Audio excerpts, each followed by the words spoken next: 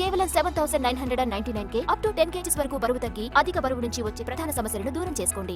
కరీంనగర్ శివార్లలోని అలుగునూరు దగ్గర RTC electrical బస్సులో ఒక్కసారిగా మంటలు చెలరేగాయి. మంటల్లో బస్సు పూర్తిగా దగ్ధమైపోయింది. మంటలు చెలరేగిన విషయాన్ని గమనించిన డ్రైవర్ పక్కకు ఆపి ప్రయాణికులను అప్రమత్తం చేశాడు. వెంటనే ప్రయాణికులు దిగిపోవడంతో ప్రాణ నష్టం తప్పింది.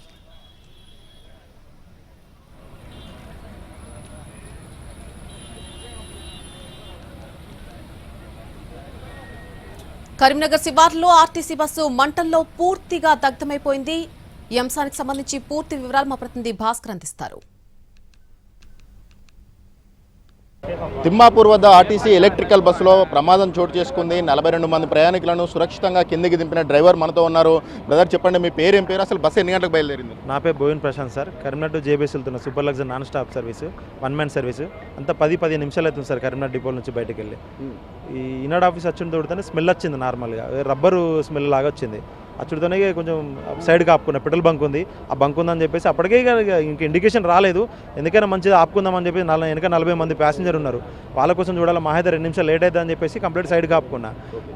ప్యాసింజర్ కూడా ప్యానిక్ అయితే చెప్పలేదు, కొంచెం బండి ప్రాబ్లం ఉంది. మీరు ఎన్ని సంవత్సరాల నుంచి నడుపుతున్నారు ఈ బస్సు? 1.5 year అవుతుంది సార్ నాకు. స్టార్టింగ్ అంటే డిపో స్టార్ట్ అయినాక 3 నెలల నుంచి నడుపుతున్నా సార్. అంటే మీకు ఎలక్ట్రికల్ బస్సు నడిపే డ్రైవర్లకు ప్రత్యేక శిక్షణ ఉంటుంది.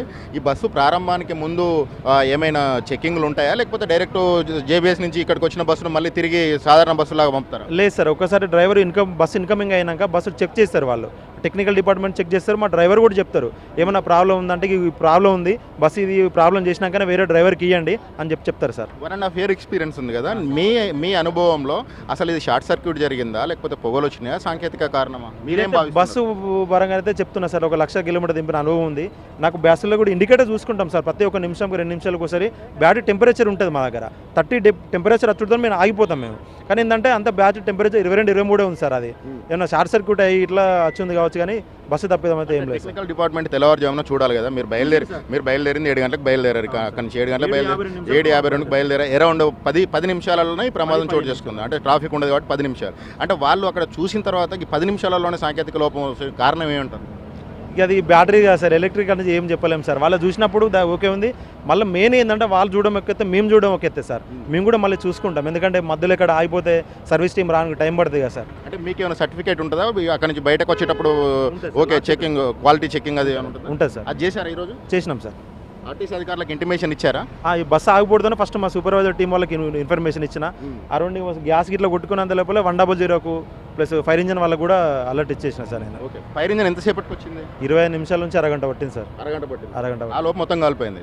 80% కాలిపోయింది సార్. అంటే ఇక్కడ ఒక పెట్రోల్ బంక్ ఉండే, ఆ పక్కన విద్యుత్ లైన్ ఉంది, ఆ పక్కన ఇల్లు ఉన్నది.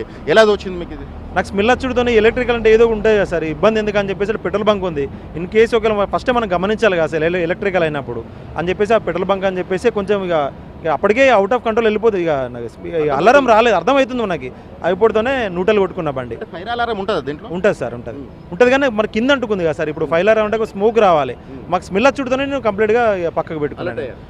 ఆగినాక ప్యాసెంజర్ దిగేటప్పుడు అప్పుడు అలారం వచ్చింది సార్. బంకు అప్పుడు కాలువ ఉంది, కాలువ దగ్గర ఆపనికి లేదు. బంకు దాటిన తర్వాత ఇంత దూరం వచ్చింది, ఎట్లా అనిపించింది అప్పుడు?